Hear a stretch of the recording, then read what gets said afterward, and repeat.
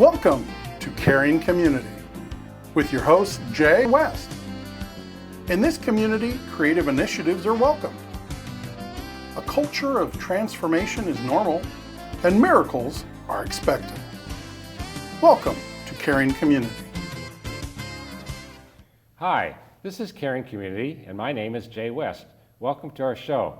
I'd like to introduce you to my friend, Chief Bill Bowes, right? Thank you, Jay. I I've never appreciate called you it. Chief before. No, you haven't. Hey, I brought a friend with my here, and I got this at a White Elephant thing the other night. So it says whatever you say. So welcome to Caring Community. I just thought it'd be cute to bring him along. What do you think? You want to talk to him, Bill? Oh, I'd love to talk to him. Yeah. So what's your name?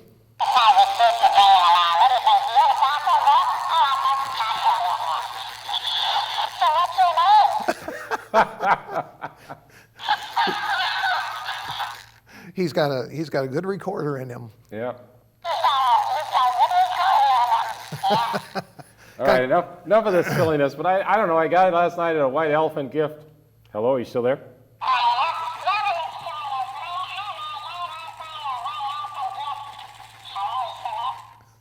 So he kind of reminds me of Alvin the Chipmunk.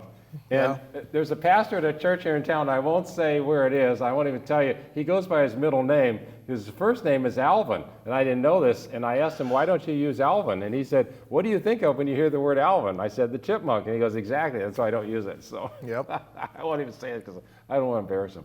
So I met Bill at Grief Share, and he's one of the leaders in the Grief Share class that I just completed. My wife died earlier in the year. Well, then I found out in meeting Bill, his wife had died also. He's about 9 or 10 months ahead of me in the process. And he was married to a sweet gal named Debbie, and you were married for like 37 years? 37 years, yeah. So you wanted to share a little bit about her? Do you want to talk about that? Or Sure. Just give a little background, how we met and how that happened, and yeah. Okay. Yeah, when Debbie passed away in March of 2020, very suddenly, unexpectedly, no health issues. She developed a blood clot in her leg that we didn't know about. And one morning it traveled up to her lung and got stuck, and that caused her death. Boy, it took the breath out of all of us. I had a meeting before here, and I met with a lady, and I didn't know this. Her husband had blood clots in his lung, but they treated it, and he was still treating it. And I shared with her your story, because I knew you were going to be here. Mm-hmm. So do blood clots normally get stuck and stay there, or are they normally able to deal with them medically? They can travel pretty much anywhere. The key in how much damage is there going to be is how big is the clot and where does it get stuck. And Debbie's unfortunately lodged in one of her larger pulmonary blood vessels and blocked all the flow to and from it. And really, for a clot like that, even if it happens in the hospital, it will probably still be fatal. It was just in a very bad spot and a very large clot. So we went through, my family and I, we had 3 kids, 7 grandkids. Debbie's parents live in town. She's the oldest of 4 girls. So we all started through this grieving process on this journey. And my journey took me, I often describe it as a fog. Immediately after the loved one passes away, there's a period of time where nothing else matters, you're not aware of a whole lot, you're just in this dense fog. Right. And once that started to clear up, then the grieving starts and the healing hopefully will start. And my grieving process took me first to books. I had several friends tell me about some really good grieving books. So I read those and got a lot out of them. And then about 7 months into the process, I decided to look into a grieving group, and that's where I found Grief Share. And this particular Grief Share group meets at King of Kings Church, and got to know the leaders of that group, and the process was very healing for me. Did a lot of good. It caused me to search areas that I didn't even know need to be searched. And I had such a good experience in that Grief Share group that I asked if I could help facilitate this year's Grief Share group. So we started up in September, October. Did you have to go through any training for that? No, very informal training. There's a Grief Share Leaders book that I read through that talked about the philosophy behind Grief Share and a lot about relationships and how to relate to people, but no formal training. So when did you, do you remember the months that you went through Grief Share? So it's a 13-week program, and they always say that the Grief Share program is designed so you can jump in and out as your schedule allows, as your grieving journey allows. And I happened to find mine last year and join in the 4th week, so I missed the first 3 weeks. So I went through 4 through 13, and then I went back in the winter session and got the first 3, so I could complete the whole program. Got it. And this year's fall program started up in, I think it was mid-September. Yeah. And then finished up in mid-December. So for me, my wife died in January, and then I had 10 men who surrounded me for 3 or 4 months that just were faithful, committed. Sometimes they sat there and I just cried. We've talked about that. And then other times, more intentional counseling, prayer ministry, et cetera. Then I went to some grief counseling here in town at a local church, at Lifegate Church here in town.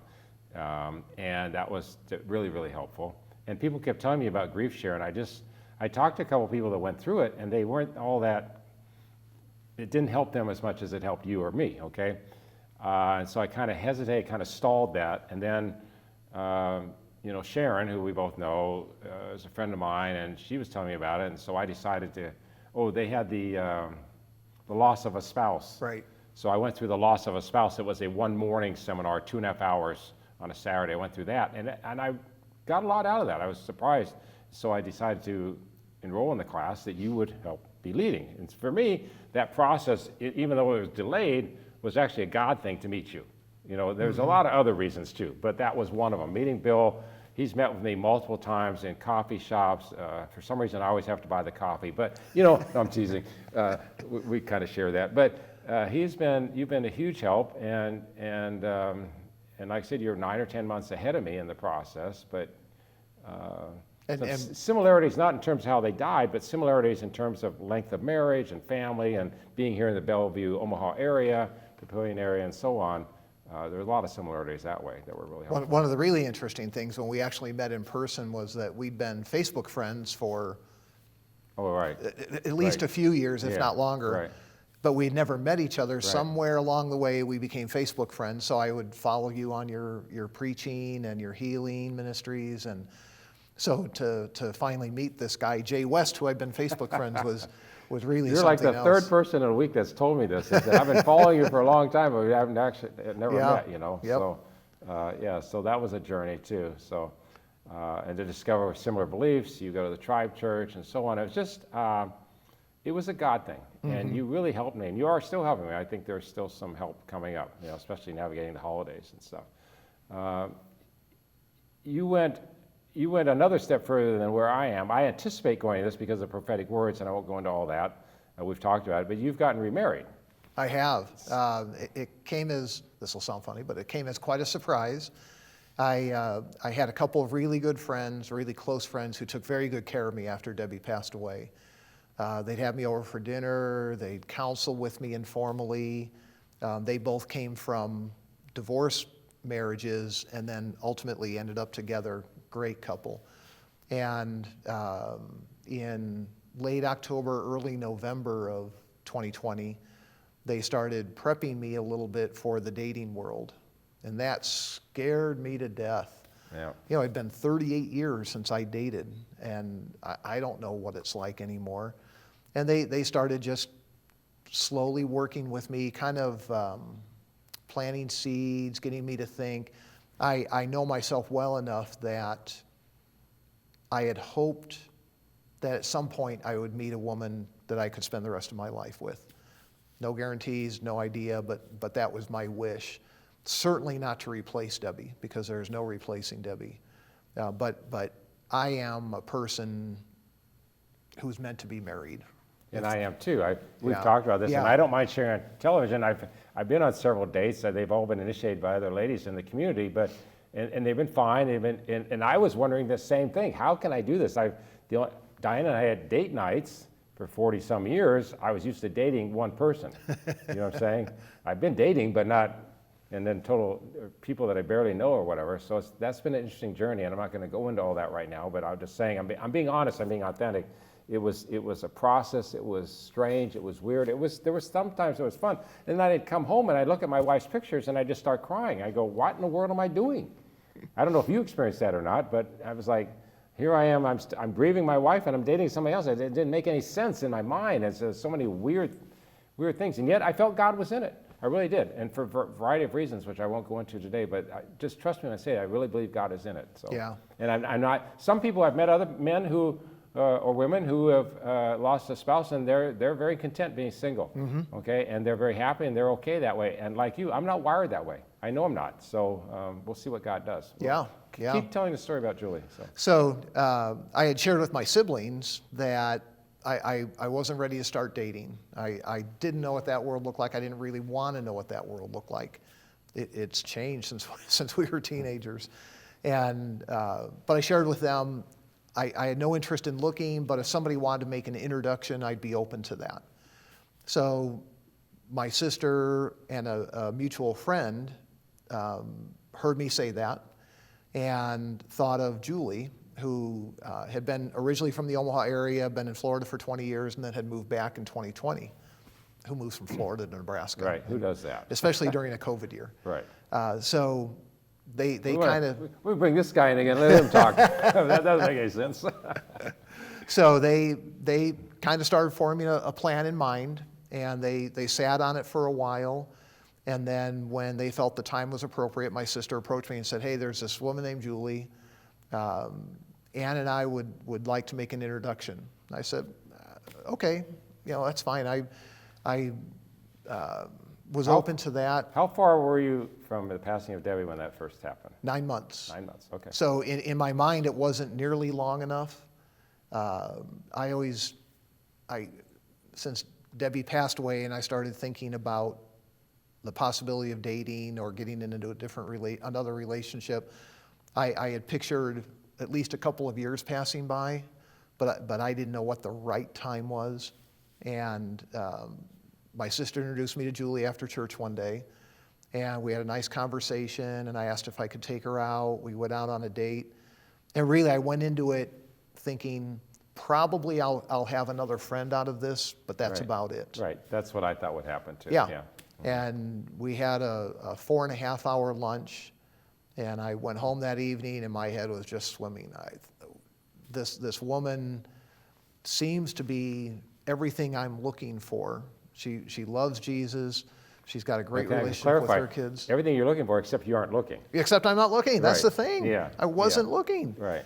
And it just hit me like a ton of bricks that, oh my gosh, I'm not looking, but I'm interested in her.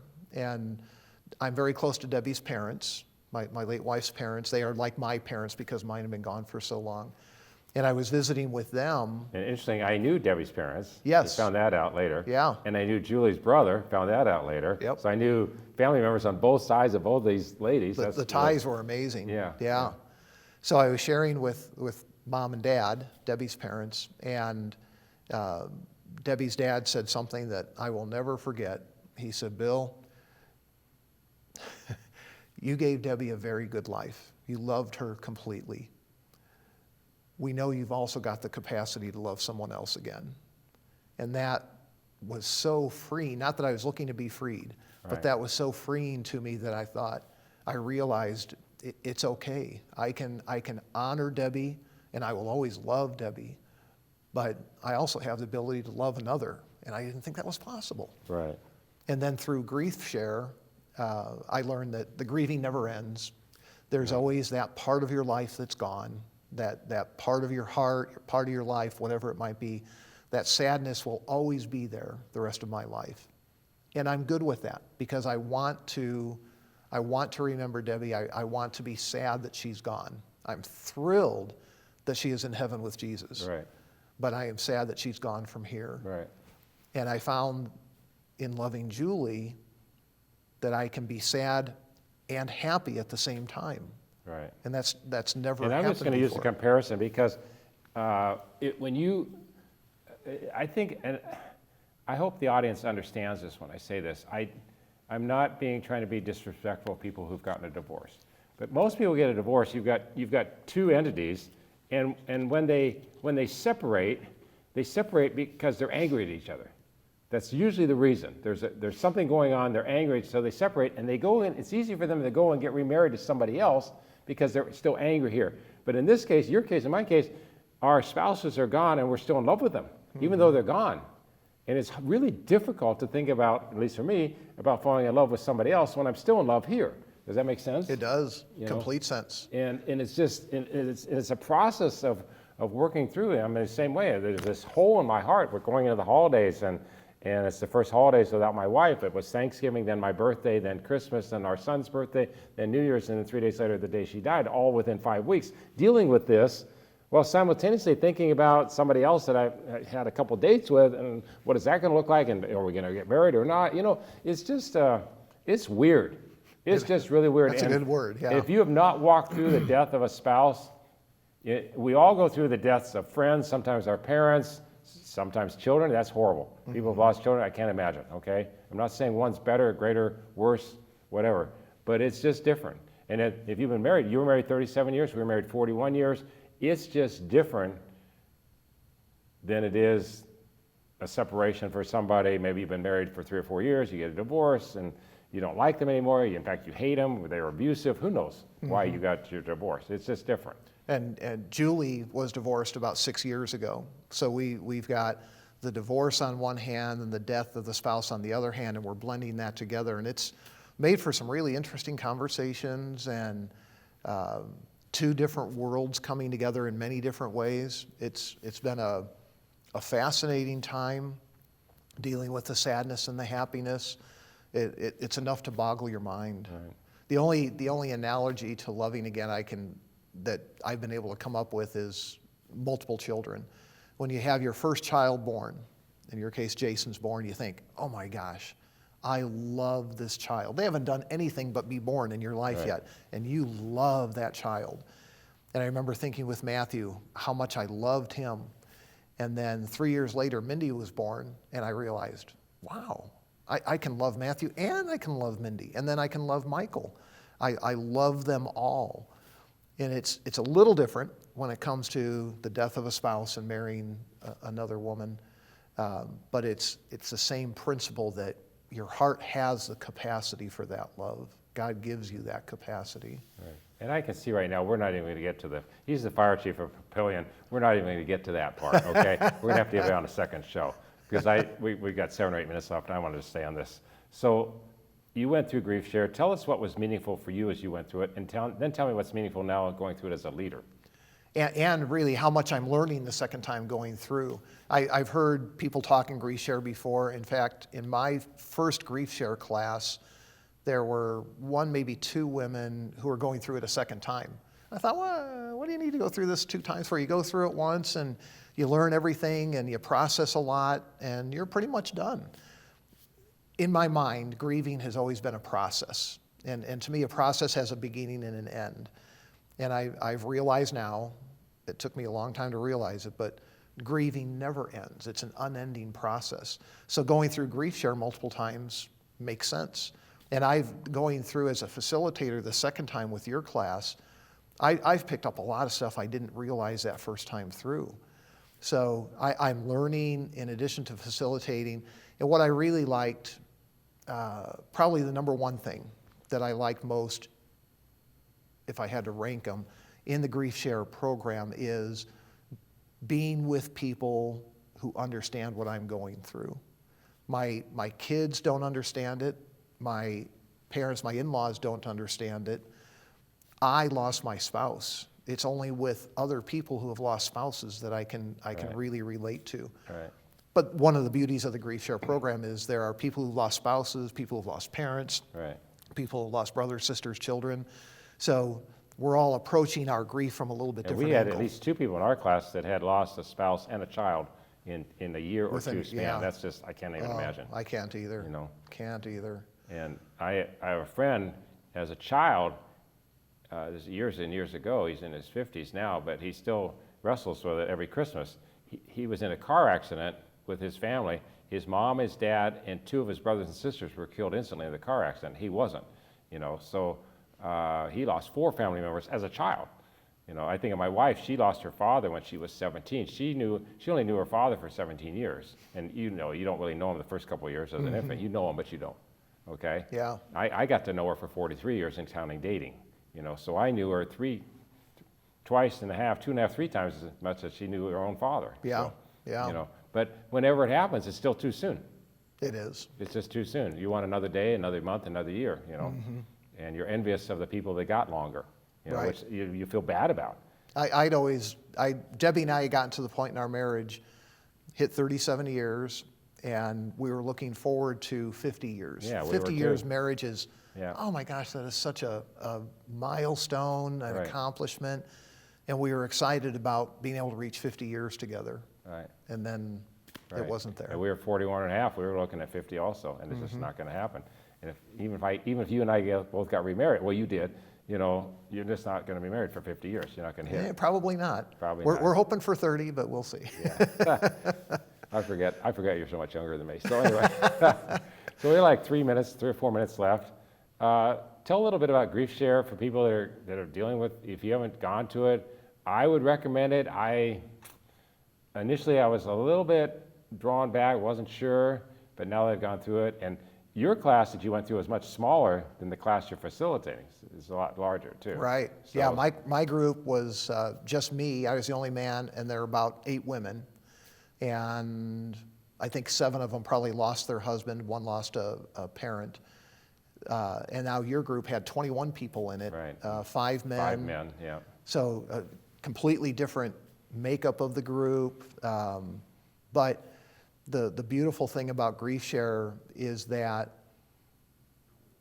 you have a program. I'll say you have people on your journey with you, that the Grief Share program is designed to explore the different areas that you'll be grieving in. Some of those areas you don't even think about. And then you're able to share that with the group. One of the principles of Grief Share is you can talk if you want to, but you don't have to. Right. And let me just comment on that. So the first 2 classes, I said nothing. Absolutely nothing. I just listened, and the majority of the people in there were crying a lot. And I was like, this is like overwhelmingly emotional. I don't even want to be in here because I don't want to listen to somebody else cry. And simultaneously, I'm feeling guilty, like I'm not the only one that's crying. They have a reason for crying too, and they should be allowed to cry. But I was praying. I felt like the Lord said, you need to share. You need to start sharing. And once I started sharing, that opened up a lot of healing for me too. right, it really does. And being able to verbalize your loss, being in a very safe place that Grief Share is, just enable you to work through a lot of those difficult areas of grieving. Right, right. And so we're going to put up on the screen, do you know the website for Grief Share? Griefshare.org. Griefshare.org.